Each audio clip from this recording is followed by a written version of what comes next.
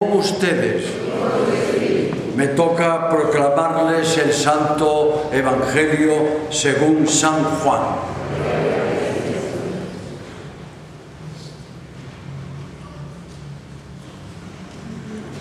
Decía San Agustín que este capítulo 6 de San Juan que iniciamos hoy es la médula del cristianismo. En aquel tiempo Jesús se fue a la otra orilla del mar de Galilea, al lago de Tiberíades. Lo seguía mucha gente porque habían visto los signos que hacía curando a los enfermos. Jesús subió al monte y se sentó allí con sus discípulos. Estaba cerca la Pascua, festividad de los judíos. Viendo Jesús que mucha gente lo seguía, le dijo a Felipe: ¿cómo compraremos pan para que coma toda esta gente? Les hizo esta pregunta para ponerlos a prueba, pues bien sabía él qué es lo que iba a hacer. Felipe le respondió: ni 200 denarios de pan bastarían para que a cada uno le tocara un pedacito de pan. Otro de sus discípulos, Andrés, el hermano de Simón Pedro, le dijo: aquí hay un muchacho que trae 5 panes de cebada y 2 pescados, ¿pero qué es eso para tanta gente? Jesús le respondió: díganle a la gente que se siente. En aquel lugar había mucha hierba. Todos pues se sentaron ahí y tan solo los hombres eran unos 5.000. Enseguida tomó Jesús los panes y después de dar gracias a Dios, se los fue repartiendo a los que se habían sentado a comer. Igualmente les fue dando de los pescados todo lo que quisieron. Después de que todos se saciaron, dijo a sus discípulos: recojan los pedazos sobrantes para que no se desperdicien. Lo recogieron y con los pedazos que sobraron de los 5 panes llenaron 12 canastos. Entonces la gente, al ver el signo que Jesús había hecho, decía: este es en verdad el profeta que habría de venir al mundo. Pero Jesús, sabiendo que iban a llevárselo para proclamarlo rey, se retiró de nuevo a la montaña él solo. Palabra del Señor. Por la lectura de estas santas escrituras sean perdonados nuestros pecados. Buenos días, queridos hermanos. Tenemos que reconocer que los evangelios de estos días tienen una dedicación especial. Toda esta última etapa de San Marcos, hoy cambiamos a San Juan, va haciéndonos un perfil de Jesús. De él no tenemos un cuadro, ni una fotografía, ni una descripción biológica, pues era alto, era bajo, gordo, flaco. Solo sacamos consecuencias del Evangelio. Por ejemplo, Jesús era un hombre alto, por la Santa Síndone de Milán. No tenemos otra referencia. O por ese libro que se llama El caballo de Troya, que le llaman gigante porque medía 1,80. Jesús era un hombre fuerte, resistió una pasión terrible. La mayor parte de la gente, a los 30 azotes que daban los romanos por aquel flagelo con puntas de acero, era la muerte total. Él aguantó en la cruz, tuvieron que meterle una rotura, una lanzada en el corazón porque no se moría. Era muy fuerte Jesús. Era un artesano. Además era un hombre completo. Por eso era un hombre sano, un hombre lleno de vitalidad. En estas facetas que no conocemos de Jesús, aunque en la primitiva iglesia sí hay algunos iconos de él, pues no pasan de ser imaginación, como los cuadros que tenemos del siglo XIII de Giotto, los cuadros que tenemos de Pietro de la Francesca, fíjate, ya al siglo XIV, unas imágenes bellísimas de Jesús, pero de ahí para acá no son nada más que imaginación de los artistas. Hoy, en esta búsqueda del perfil de Jesús, hoy destaca con esto de la multiplicación de los panes y peces la faceta tan importante de Jesús, la compasión. Miren, cuando las religiones se meten en moral, como la nuestra, la estropeamos. Esto que voy a decir les va a extrañar.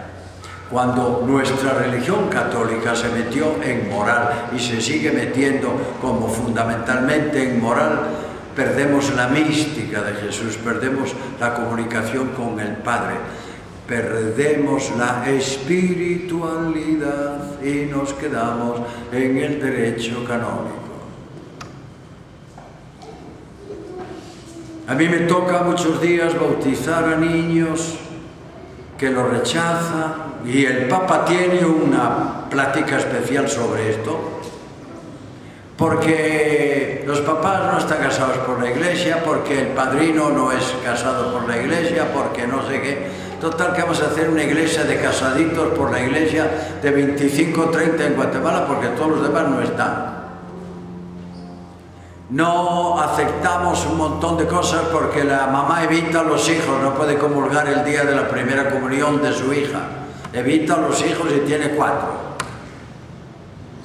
No hemos tenido una comprensión del proceso moderno de la evolución de una sociedad ni económica, ni política, ni religiosa, ni biológica, ni social. Recuerden todavía tiempos del Papa Benedicto XVI, cuando se descubrió el fenómeno que siempre existió, existe y existirá, de que haya pederastas en la Iglesia, porque hay un tanto por ciento en la familia humana de esta gente que tiene esta tendencia y no lo va a evitar nadie, ni Cristo que lo fundó, como dicen en mi pueblo. Un cardenal que era el cardenal de Estado, y yo lo critiqué aquí y lo sigo criticando, dijo: desde ahora, sobre la homosexualidad en la Iglesia, tolerancia cero. Dije yo, como te hagan a ti un examen viejo, a lo mejor sales bien pringado. Dejémonos de estos abusos de moral. Jesús nunca dijo: malaventurada la mujer que anda en minifalda o pone el tacón alto. Nunca dijo: ay de aquella que enseñe más abajo de la nuez. Pues las mujeres no tienen nuez, pero tienen algo parecido. Ay de... El desgraciado que no tenga 12 hijos va a ver lo que le pasa, no entrará en el reino de los cielos. Pero nos ha quedado un eslogan: muerte, juicio, infierno y gloria. Y eso no es la religión católica. Perdón, no es ni juicio, ni muerte, ni infierno, ni gloria. Yo no creo en la muerte es un tránsito. Simplemente es una parte de la vida que hay que pasar como tantos y que es una purgación. Los matrimonios casados por la Iglesia y fracasan porque le abrimos el después para afuera. No tenemos que tener una nueva pastoral sobre todas estas cosas. Entonces, toda esta nueva pastoral, toda esta nueva conversión de la Iglesia se llama la compasión que tenía Jesús para que esta Iglesia a la que pertenecemos y a la que amamos cambie y esté en el mundo y en el lugar y en el momento en que tiene que estar. Bien, la cuestión es la interpretación que da la gente, sobre todo cuando tiene mente de edad infantil. Dice un Facebook: cuando el Papa habla contra el capitalismo grosero, ¿por qué no vende las cosas del Vaticano y se deja de hablar paja? Porque las cosas del Vaticano no van a solucionar los problemas, ni tu dinero tampoco. Lo único que te pide Dios es que tengas compasión de la gente y no que la mantengas. Yo estoy totalmente en contra de la bolsa solidaria, totalmente en contra. Es formar a un pueblo de vagos. Y estamos formándolo, Estamos formando un pueblo de vagos. Miren, queridos hermanos, ¿qué es lo que nos quiere decir? ¿Creen que vendiendo lo que hay en el Vaticano solucionaremos el problema del hambre? Nos quedaremos sin nada, que es patrimonio de la Iglesia, de toda la Iglesia, de la humanidad, de toda la humanidad. Nos quedaríamos sin nada y habría igual de hambrientos, porque el hambre se quita comiendo y lo que come uno se descome y las obras de harto ahí quedan, no se descomen. Por eso voy a continuar la saga. Hoy llegamos en una saga, en un seguimiento del Evangelio del domingo pasado. El Señor hoy tuvo compasión de ellos como lo tuvo el domingo pasado, porque estaban como ovejas sin pastor. Yo porque no puedo, porque ganas sí tengo, ¿verdad? Por lo menos de husmear. Me encantaría ir a la zona viva a las 2 de la mañana o meterme por ahí, por la zona 9, por algún tugurio de eso, a ver qué pasa, qué hace. Es interesante que viéramos cómo hay miles de jóvenes, miles de personas, a lo mejor de casados y casadas, que andan por ahí buscando no se sabe qué, porque andan como ovejas sin pastor. Pasamos hoy a San Juan, del Evangelio de San Marcos, y vamos a estar acompañando los 5 domingos en todo el capítulo 6. Vean ustedes que para demostrar que Jesús puede evadir aquello de Newton, de la gravedad, ¿se acuerdan de Newton? Que tenía unos problemas matrimoniales de campeonato y descubrió nada menos que la ley de la gravedad y otro montón de cosas. Jesús, para demostrar que podía meterse en un pedazo de pan, o mejor Juan, para demostrar que Jesús podía meterse en un pedazo de pan, pone 2 pasajes que yo diría apologéticos, es decir, de demostración. Si pudo multiplicar los panes, podía multiplicar el pan de la vida, él mismo se podía multiplicar.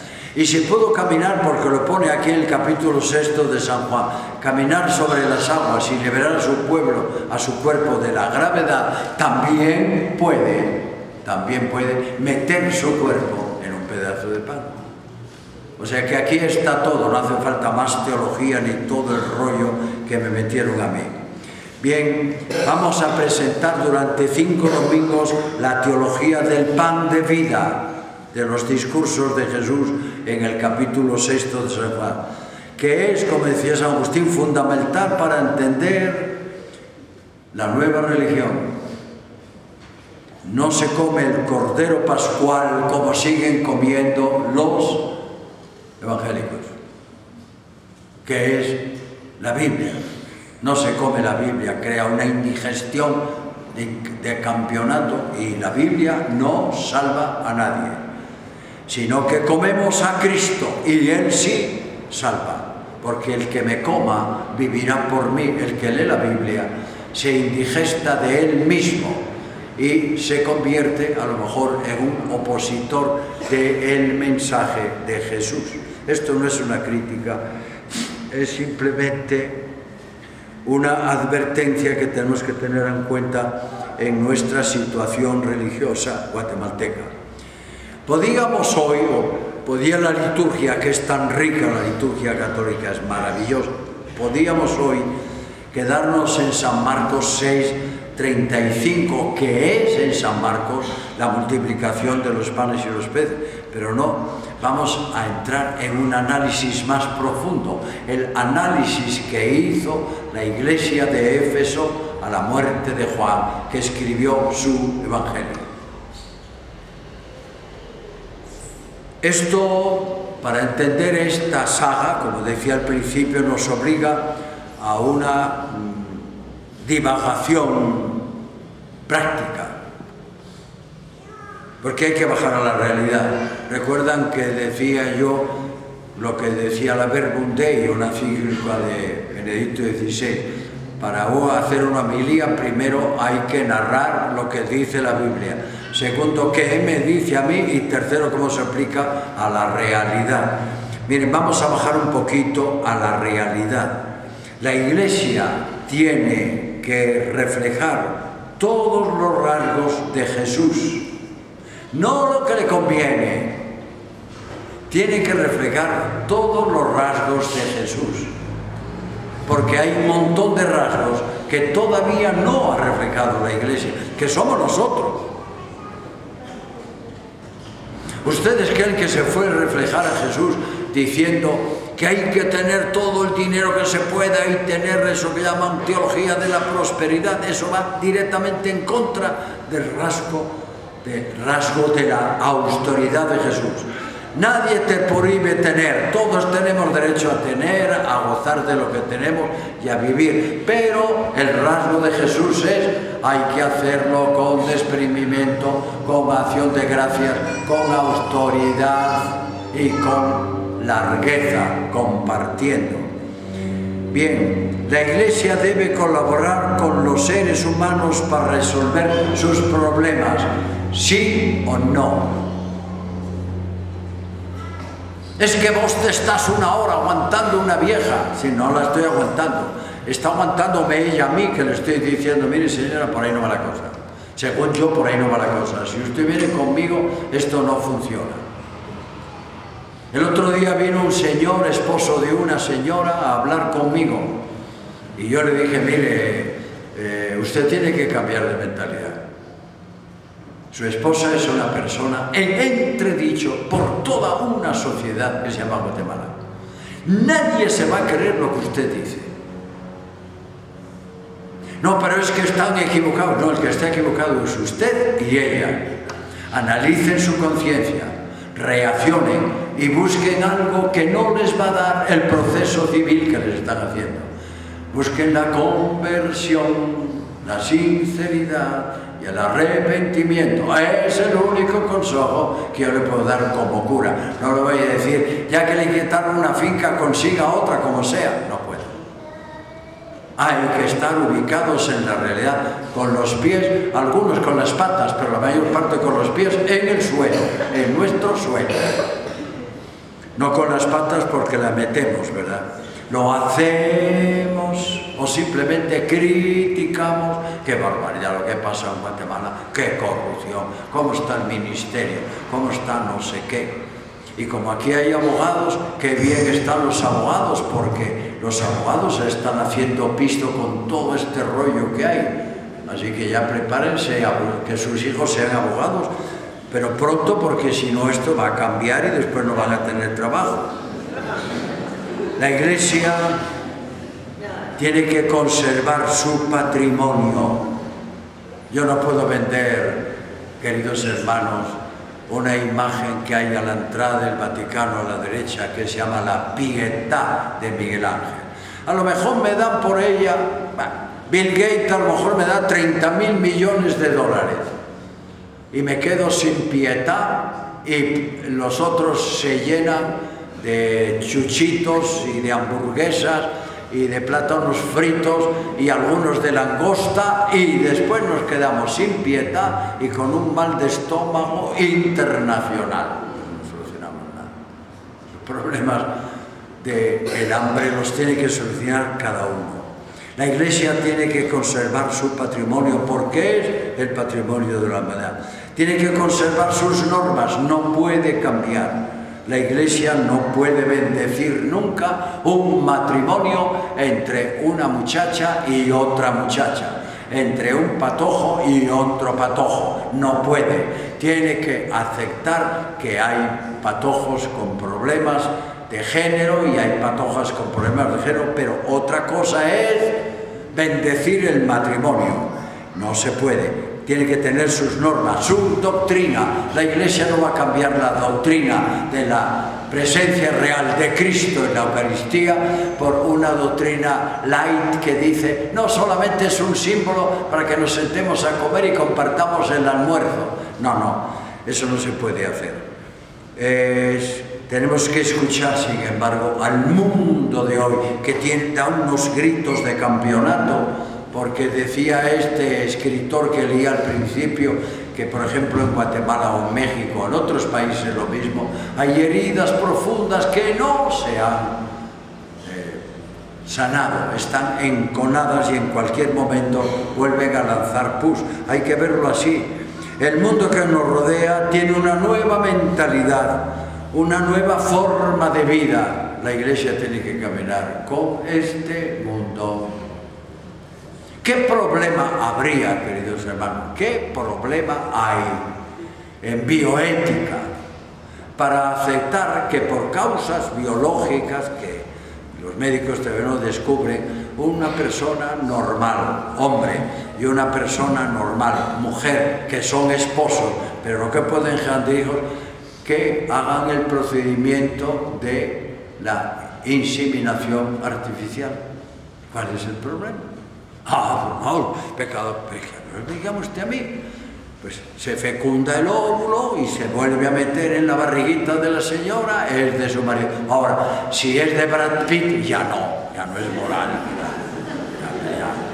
ya no funciona.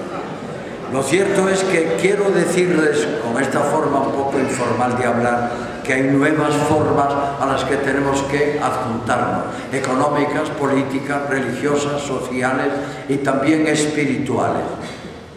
Yo creo en la moral es un regulador de la conducta, pero la salida es la mística, es la espiritualidad, es el encuentro con Dios, y no fundar una iglesia en que se prohíbe la planificación de la natalidad, en que se prohíbe el matrimonio entre no sé qué, No, si estamos hablando de prohibiciones, nos quedamos más solos que la una. Hay un documento de hace 55 años que se llama el Vaticano II. Yo que soy cura y que leo, no se me queda nada, pero leo. Me pregunto a veces en las reuniones del clero, este curita que tanto habla, ¿habrá leído por lo menos? No digo a Santo Tomás de Aquino, ya eso es imposible, ¿verdad? ¿Habrá leído 2 o 3 de las grandes obras maestras del Vaticano II? La Lumen Gentium, Laudato Si, cualquiera de las que se me ocurren ahora. El Vaticano II hace 55 años dijo: nada de lo humano, vean qué frase más brillante, nada de lo humano y de los humanos nos es ajeno. Es decir, la Iglesia no puede estar ajena, al margen de nada de lo humano y de los humanos. ¿Lo estamos cumpliendo? No. Ahora tenemos un Papa que está entrando en la onda y hay un montón de gente tradicional que ya está en contra. ¿Lo estamos cumpliendo? No. ¿Como Iglesia? No. ¿Por qué? Porque nos han llenado de ideologías, de pecados mortales, de pecados veniales, de condenaciones, de muertes, de juicios, y todos para el infierno, ¿verdad? O sea que el infierno deben de ser las galaxias, que para mí son el cielo, porque fíjense ustedes, hay 250.000 millones de galaxias, y cada momento una desaparece y otra nace a la velocidad de la luz. ¿Y qué soy yo en este espacio infinito? Una persona que pensó Dios, te creó, te dio una cara distinta de todos los demás millones, y que eres un ser nuevo en el mundo y tienes que ir adaptándote a los 3 millones de vida humana que hay en este planeta. O sea que la Iglesia no puede ponerse a una altura fuera de ella. Los anhelos del ser humano nos enseñan y nos señalan el camino de los signos del Espíritu, que llamaba Juan 23 los signos de los tiempos. ¿Estamos con los signos de los tiempos? Tengo yo fotografías de cuando fui a Costa Rica en el año 58. El otro día estaba viendo una fotografía con un grupo de patojos y patojas, que ahora son gentes de 45, 55, pues ya tienen 60 años. Oiga, cómo cambió en 60 años. No había una patoja en pantalones, ni una. y eran como 30 y tantas. No hay una fotografía, no hay una sola muchacha con pantalones de aquella juventud que estaba yo al frente de ella, se llamaban las dominguinas. No hay un solo patojo con, qué sé yo, con estas caricaturas que se hacen ahora en brazos y tal. No hay ninguno con cara de imbécil como esos jugadores de fútbol que son negros como un tizón y se pintan el pelo de rubio y se lo cortan. No hay nada de todo. Ya, ha cambiado el panorama. Para una persona de mi edad esto es una irreverencia a la persona humana. ¿Para qué nos dio Dios el pelo? Para hacer esos dibujos tan extravagantes, tan raros, ¿verdad? Y ahora todos pelones. Yo que me sentía complejado porque me estaba quedando calvo, ahora resulta que soy, junto con Raúl, los únicos viejos en Guatemala que tenemos pelo. Todos los demás se lo operan al cero. Miren ustedes, ¿cuáles son los mayores retos de la Iglesia en este momento? ¿Saben cuál es el mayor reto? En el mundo en que vivimos, la compasión de los que aman como ovejas sin pastor. La compasión de amar a aquellos que andan como ovejas sin pastor. No hace falta explicarlo más. Hay montones de gente que no tienen ni puntos cardinales, ni pastores, ni orientación, y cuando tienen enormes problemas, lo que hacen es apartarse más de Dios en vez de buscarlo. Lo estamos haciendo, practicando la compasión, echándole una mano al que la necesita, o seguimos bla, bla, bla, con esa frasecita que a mí me revuelve las tripas. La Santa Biblia dice, ni es tan Biblia ni es tan santa, perdone, pero la Iglesia es una comunidad de vida, no es una comunidad de muerte ni de conservación de cadáveres en refrigeración. Por ejemplo, voy a hacer una letanía de comunidad de vida. Cuidamos con compasión la ecología. Lean Laudato Si, lean. Y verán cómo no van a criticar a un hombre que en medio de un mundo tan extraordinario, que pone una cápsula después de 9 años recorrer millones de kilómetros en Plutón, no es capaz de solucionar los problemas entre Siria y Turquía, o entre la abundancia y el derroche que hay en cualquier fiesta de Hollywood, con el hambre terrible que hay en Kenia, por ejemplo, donde anda el presidente. Miren, estamos con los reclamos de la mujer para que recupere su dignidad en la onda.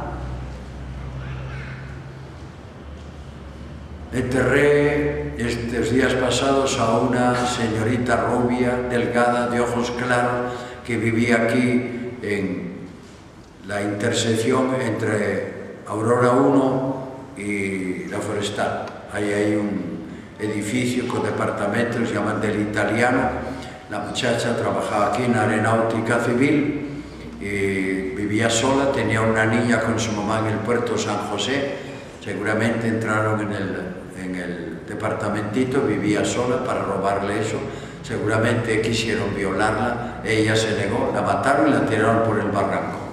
Y el mundo sigue igual. Esta gente está conmocionada, y yo también, pero bueno, pasó y pasan miles de casos de estos con mujeres, y hablamos del problema de las desigualdades sociales. Miren, entrando en las desigualdades sociales, ¿qué estamos haciendo como Iglesia? Pues yo les diría mucho en las desigualdades sociales del país. El otro día, eso pasó hace años, pero el otro día hablaban de la cantidad de medios que tiene la Iglesia Católica en Guatemala y nunca decimos nada para ayudar a la gente, digamos,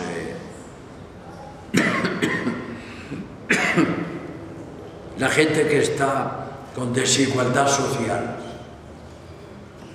¿Qué vamos a hacer? ¿Coger otra vez las armas, pegarnos tiros unos a otros en nombre de la dichosa izquierda, en nombre de la dichosa derecha, tenemos una doctrina, tenemos una conciencia, tenemos una sensibilidad y tenemos que aplicarla.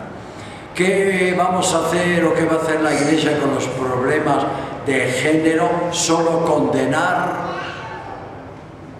o entrar en la onda, a ver qué pastoral podemos hacer con esto que llamamos problemas de género, sin usar otras palabras que pueden herir a muchas personas que están aquí.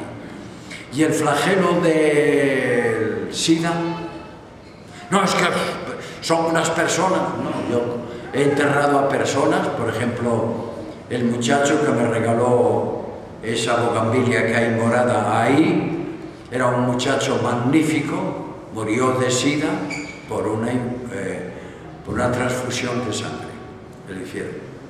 Era un hombre buenísimo, pero murió de SIDA. Miren ustedes, ¿qué hacer con la multiparidad de iglesias cristianas? Hay 120 clases de iglesias cristianas en Guatemala. Una iglesia sin compasión nunca multiplicará nada de todo esto que hay que multiplicar. Y todavía no entré en la homilía, voy a entrar, pero voy a terminar ya. ¿Me permiten? Esto era una desviación para que entendamos en qué consiste eso de la multiplicación de los panes y los peces, para que cada cual no la interprete diciendo tenemos que quedarnos sin nada y dar lo que tenemos para comer nosotros al prójimo. No es esa la solución, es simplemente un signo que tenemos que descubrir a continuación. Estamos ante el pan material, de esto he estado hablando yo ahora, la multitud de hambrientos, y estamos ante gente que no tiene pastor, ante el pan espiritual, que se llama en nuestra sacrosanta religión la Sagrada Eucaristía, de la que hablaba San Agustín diciendo, hoy voy a bautizar 2 niños. El bautismo nos da la vida, solo sostiene la vida espiritual la Eucaristía. Nunca dijo la Biblia, ni la moral católica, ni la represión económica, ni que te vas al infierno. Nunca dijo este sabio eso. Dijo, la solución es comer el cuerpo de Cristo. Es que yo no estoy preparado. Nadie está preparado, queridos hermanos. Nadie. Porque si fuera el pan de los fuertes, estamos perdidos. Pero como es el pan de los débiles, como dice la canción, estamos salvos. Este es el tema que vamos a seguir 5 domingos, así que tomémoslo con calma. Jesús consulta o hace una doble consulta, una a Felipe y otra a Andrés, 2 clases de personas. Felipe le dice, ay Señor, pero ¿cómo vamos a dar de comer a 5.000 personas? Es que no alcanza el presupuesto nacional. Es que fíjate, habría necesidad, Señor, de 200 denarios y solo tenemos 2 denarios en la bolsa. Aquí el Judas los tiene y además los tiene en el Ban Rural, que no los puede sacar ya nomás. Bueno, una cosa así pasó, ¿verdad? No soluciona nada. Jesús lo miró y le dijo, no está en la onda. Y después le pregunta a Andrés, que era hermano de Pedro, y él le dijo, pues sí, hay que solucionarlo de alguna manera. Aquí hay un muchacho que tiene 5 panes y 2 peces, pero ¿qué es eso para 5.000 personas? Y le dijo Jesús, tú vas bien, ya es algo, ya tenemos algo, ya podemos trabajar con algo. El resto lo va a hacer aquel que ve tu buena voluntad. Es que no tengo trabajo, pero pobre, haz un esfuerzo, manda tu currículum vitae, ahora se dice la hoja de vida, ¿verdad? Y preocúpate, levántate temprano, visita esta empresa, que te vean, perfúmate, ponte guapo, di los méritos que tienes, habla con la gerente, métete entre toda esa chusma que hay, hasta donde manda la persona que manda. Y si es en McDonald's, con doña Yoli, porque los demás no, ya está. Si quieres solucionar un problema en el Ban Rural, no vayas con el señor que está cuidando ¿qué se llama? El parqueo. Tienes que ir con doña Vero o con don Fernando. No hay para dónde. Y yo que los he mandado, solucionan los problemas. ¿Con quién va a solucionar usted los problemas? Con una persona prospectiva que le diga, mire señor, yo no sé qué hacer, pero por lo menos busquemos los más hambrientos y partamos 5 panes en 10 y quitamos el hambre a 10 de 5.000. Y Jesús se quedó sonriendo y le dijo, así se empieza, patojo, el resto lo voy a hacer yo. Y les dijo, diga que se sienten, y multiplicó los panes. Bien, ustedes, ¿cómo puede multiplicar hoy Jesús el pan de la fe a un pueblo que no tiene pastores? ¿Cómo? Si tú no multiplicas el pan de la fe en tu casa, con tus hijos, en tu trabajo, con tu trabajo, ¿cómo se puede multiplicar el pan de la fe? Hoy nos pone el ejemplo en el Antiguo Testamento del libro de los Reyes. Con 20 panes dio de comer a 100 hombres y era simplemente Eliseo, el discípulo de Elías. Y hoy 5.000 panes para 5.000 hombres. Y hay miles y miles de hombres que hoy se unen para comer el cuerpo de Cristo y seguir en este signo paralelo, creando el alimento del cuerpo y el alimento del alma. El alimento del alma que te da fuerza para conseguir el alimento del cuerpo. El pueblo está necesitando más del alimento del alma que del alimento del cuerpo. Porque no me diga a mí que en Guatemala puede haber hambre material, y la hay. Pero cuánta hambre espiritual hay en Guatemala, que cada día hay uno que se cambia para otra religión. A los 3 meses se va con otro pastor, a los 5 se va con otro pastor, a los 7 se va ya a México, a los 8 va a los United States. ¿Qué anda buscando? Es que no me gusta cómo habla el cura, ya verás el que te siga, ya va a ser peor. No se vayan de conmigo porque los otros son peores, yo los conozco. Miren, ¿cuál es el pan de vida? ¿Cuál es el pan de vida? ¿El pan de la justicia? ¿Cómo está el pan de la justicia en Guatemala? ¿El pan de la cultura? ¿Cuántos creen que habrá en Guatemala que van a ir a ver una copia perfecta de las Meninas de Velázquez?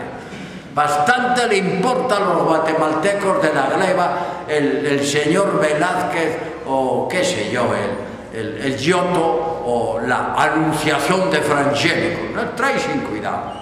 El pan de la vida, de la cultura. Nuestro pueblo es tremendamente inculto. Por eso los papás que tienen sentido común quieren que sus hijos estudien, los mandan a los mejores colegios, hacen un esfuerzo económico de campeonato, se meten en problemas económicos. Miren, y el pan de la libertad. En Guatemala tenemos bastante libertad hasta cierto punto, hasta que toques los zapatos del que te permite caminar alrededor de él, pero no enfrentarte con él. Y el pan del desarrollo y el pan de Dios, los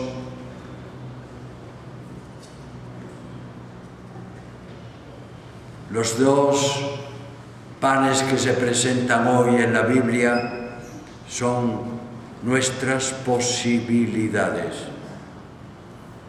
Nada de lo humano y de los humanos puede ser ajeno a la Iglesia, que somos todos nosotros. Hay un mandato que hay que entenderlo. Todo venía para entender esto. Dadles de comer el pan de la justicia, el pan de la libertad, el pan de la cultura, el pan de la comprensión, el pan también de la ayuda material cuando se pueda. Debemos darles de comer a toda esta gente, o esta gente nos va a comer a nosotros. Simplemente. Acción y reacción.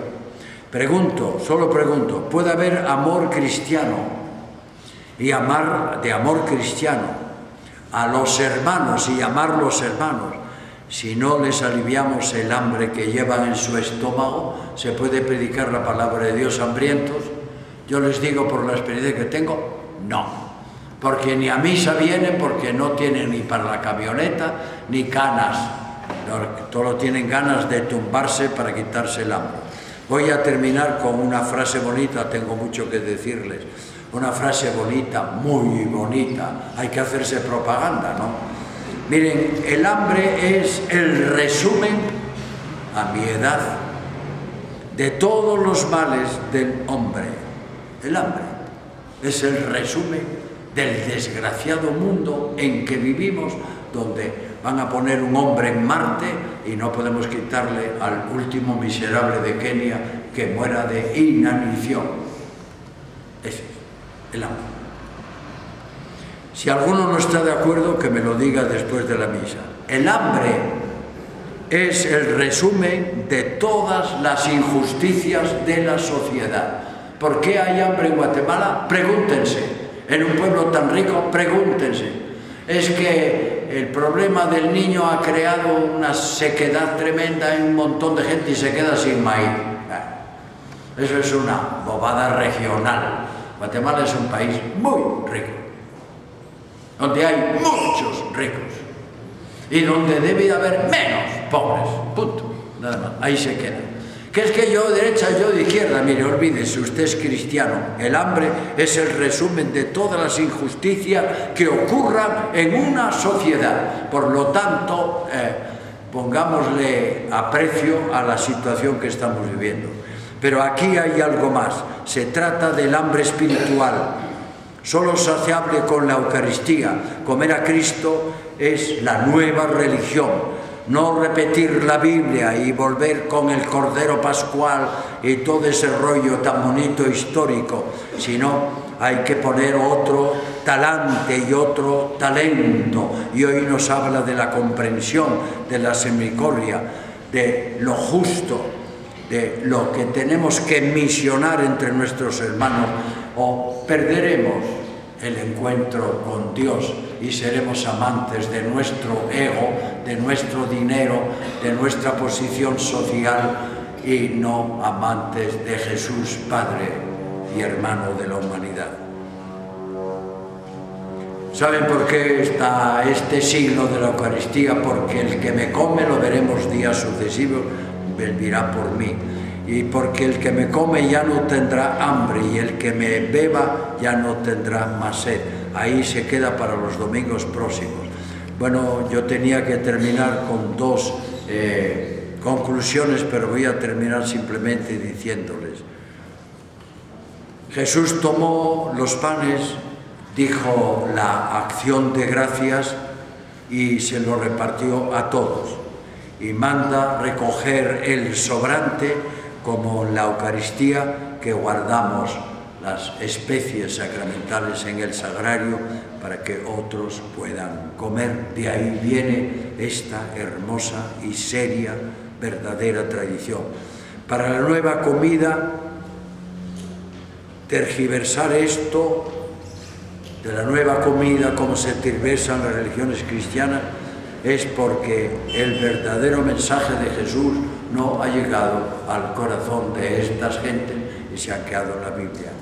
Tenerlo como un profeta, pero no comerlo como verbo encarnado, es distorsionar la figura de Jesús y perder el perfil que nos tiene que llevar a ser hombres perfectos como Él era un hombre perfecto. Y Santo Tomás, termino, decía, ¿por qué tomó Jesús un cuerpo? Lo decíamos un día en una homilía, ¿verdad? Primero, para entregarlo por nosotros, por nuestra salvación en la cruz. Pero antes, dice Santo Tomás, para ser alimento de la comunidad.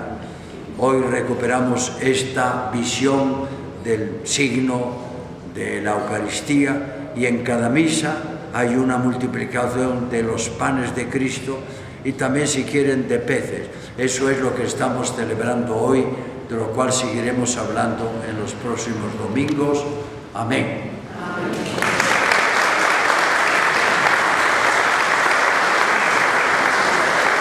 ¿Queréis